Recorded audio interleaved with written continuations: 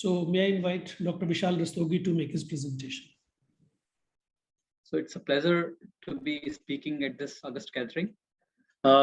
My talk is about ARNI, whether it is useful in the cardiology, heart failure practice, general cardiology, as well as in GUJ practice.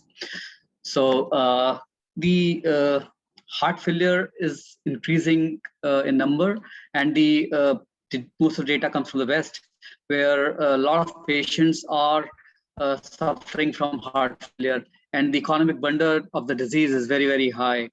The disease has a lot of mortality, and 50% of these patients who are diagnosed with heart failure will die within 5 years.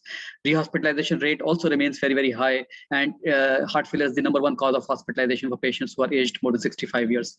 A lot of these patients have a lot of comorbidities, which increases the disease burden as well as the cost burden. This data comes from Dr. Hari Krishnan's study of the Trividam Heart Failure Registry, which was published in 2017, and says that 1/3 of the heart failure patients will die within 1 year during their productive life years, and 1 out of 3 patients are readmitted. So the incidence is also very high, of 1.3 to 23 million, depending on the study. Hospital readmission leads to very high mortality. As you can see here, those patients who were not readmitted versus those patients who were admitted, the pre-admission led to more than 3 times greater risk of death. So 1-year mortality rate was significantly higher in those patients who had more than 1 hospital readmission. The problem is that there is suboptimal prescription of guideline-directed medical treatment, and in those patients who are given suboptimal treatment, the mortality is very, very high, and as against those patients who were given guideline-directed medical treatment.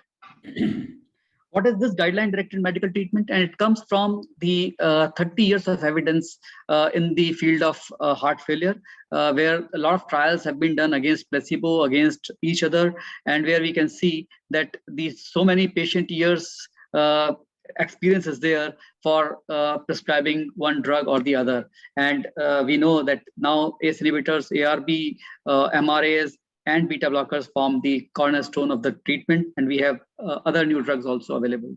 However, despite this 30 years of so much research, still the mortality is very high, and the 5-year survival rate is just 50%. What we can achieve with ACE inhibitor, in SOLVE-T trial, it was shown that there's 16% risk reduction, relative risk reduction, as against the placebo. Beta blockers, CBIS-2 trial showed that bisoprolol leads to 34% relative risk reduction. MRAs, in RALS trial, spironolactone had 30% relative risk reduction. ARBs have shown 17% relative risk reduction, and ivabradine has shown in SHIFT trial 19% risk reduction. But all these drugs combined does not, still the mortality remains very, very high. So we need something which is more than these. In fact, the cornerstone of the treatment is the beta blockers and the RAS inhibitors, because they act on 2 very, very important pathways of the sympathetic nervous system and the system. However, there's another system, which is the natriuretic peptide system, which has all the effects which are reverse of that of the RAS activation, and it has the protective effect. So if you see in patients failure in the RAS system, the renin-angiotensin system acts towards the vasoconstriction, which leads to increasing blood pressure, increasing sympathetic tone, which increases fibrosis and hypertrophy. While the vasoaptic peptide system, which is the pro-BNP, which cleaves into anti-pro-BNP and the BNP segments, that leads to reduction in blood pressure, reduction in sympathetic tone, reduction in aldosterone levels, reduction in fibrosis and hypertrophy, which leads to more natriuresis and diuresis, all the beneficial effect. However, unfortunately, this BNP is very fast neutralized by neprilysin into inactive fragments. So these beneficial effects are not achieved. Here comes a drug which has a combination of sacubitril and valsartan, and it acts as inhibiting both the neprilysin system as well as the RAS system through the valsartan. So on this, it enhances in effect by inhibiting neprilysin, and it inhibits the RAS system through the valsartan. By this, it leads to vasodilation, natriuresis, diuresis, decreasing fibrosis and hypertrophy. So it has all the benefits which are achieved, which can be achieved. That means it has vasorelaxation, it inhibits cardiac fibrosis, and also it suppresses vasoconstriction and ameliorates the congestive state. This leads to underlying structural and molecular abnormality reduction, which drives disease progression, and it is silent and life-threatening. So this acts at two very important pathways by a single molecule. So this was proven through the landmark trial, which was the Paradigm HF trial, which showed that both the primary endpoint as well as secondary endpoint were very, very significantly met. And you can see that as against enalapril, which was the standard of care at the time, the CV death, heart failure hospitalization was 20% reduced with a very, very significant p-value. And also individually CD death, all-cause mortality, and sudden cardiac death were also reduced to significant levels. So it significantly reduced the number of CV death, hospitalization, and all-cause mortality. Based on these data, the ACC 2021 expert consensus decision pathway was formed, which suggested the use of this clinical policy at point of care. So what it said that in HFrEF patients, the common question is whether to initiate beta blocker first or RAS inhibition first. The consensus either RAS or beta blocker. In some cases, both therapies can be started at the same time. The idea is to up titrate to maximum tolerated dosages or target dosages in a timely fashion, 2 weeks. So the guideline-directed medical treatment is the foundation of HF care, and the guideline-directed medical treatment with the highest expected benefit should be prioritized. This is the treatment algorithm for guideline-directed medical treatment in HFrEF patients. In stage C patients, or those patients who are symptomatic with heart failure, ARNI, ACE inhibitor or ARB, and evidence-based beta blocker with diuretic agents is required, should be started. And then depending on the patient profile, whether if the patient has reasonable renal function and reasonable potassium level and symptomatic heart failure, we can add aldosterone and antagonist. We should add SGLT2 inhibitor also, because that has also shown similar benefits in large number of trials.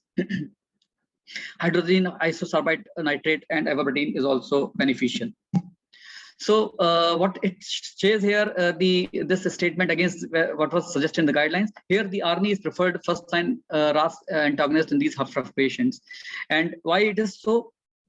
Also, SGLT2 inhibitors should be added, but why the ARNI should be used as the first-line drug for RASI? Because of these large trials, which are the Paradigm HF trial, which I have discussed already, the Prove HF trial, which showed the anti-proBNP reduction after 12 months of therapy, and also the Evaluate HF trial, which showed echocardiographically that the parameters which are shown to improve are definitely there with 12 months of treatment.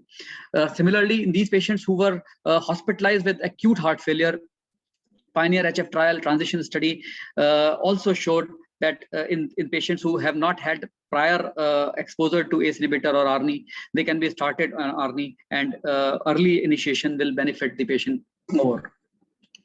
So now it is considered as the first-line treatment, and because it has the clinical evidence, it has the superior clinical evidence for de novo therapy, as well as rapid improvement in the patient-reported outcomes, which include symptom benefits, physical functioning, as well as quality of life. Cardiac reverse remodeling also is independent of the background therapy.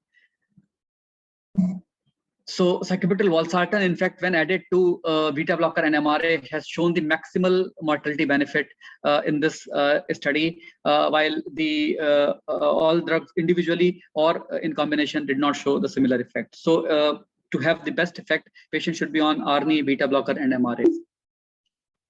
Now, direct to ARNI approach is preferred because of this all this data.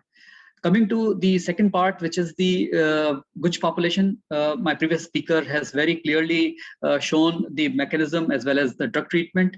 He also alluded to this trial, with this current opinion paper, which was published in 2016, and mostly it is an opinion paper because of the very limited data, and it was published by the Heart Failure Association of the ESC, as well as the working group on the GUJ diseases.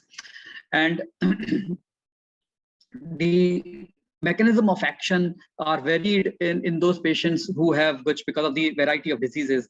However, in terms of the treatment, whether the systemic ventricle is the left ventricle or right ventricle, when it fails, the RAS blocker comes in the treatment. And only when there's the subpulmonic ventricle fails, then you don't have indication for RASI. But otherwise, even if it is a single ventricle, or whether it's right or left morphological ventricle, which is supplying the systemic circulation, RAS blockers are indicated. And by this virtue of the previous data, we can extrapolate this to ARNI, though we don't have any direct data.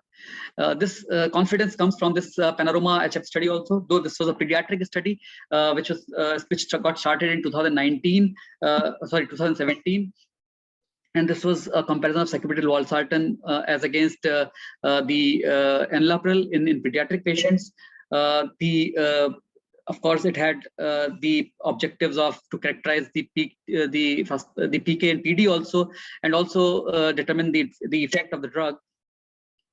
And the results are not published, but the interim analysis published in 2019, and this showed that there's a reduction on the cardiovascular biomarker NT-proBNP, and based on that, the FDA approved this drug for pediatric heart failure patients. So this gives us some confidence that the drug may act on these populations also, where when these patients grow up into Guj.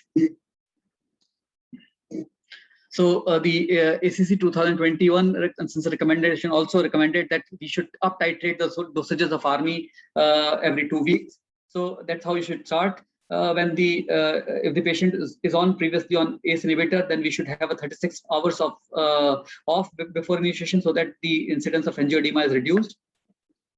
And then we should start with low dosages initially, and then gradually build it up every 2 weeks. We should take a watch on the renal function as well as the potassium level.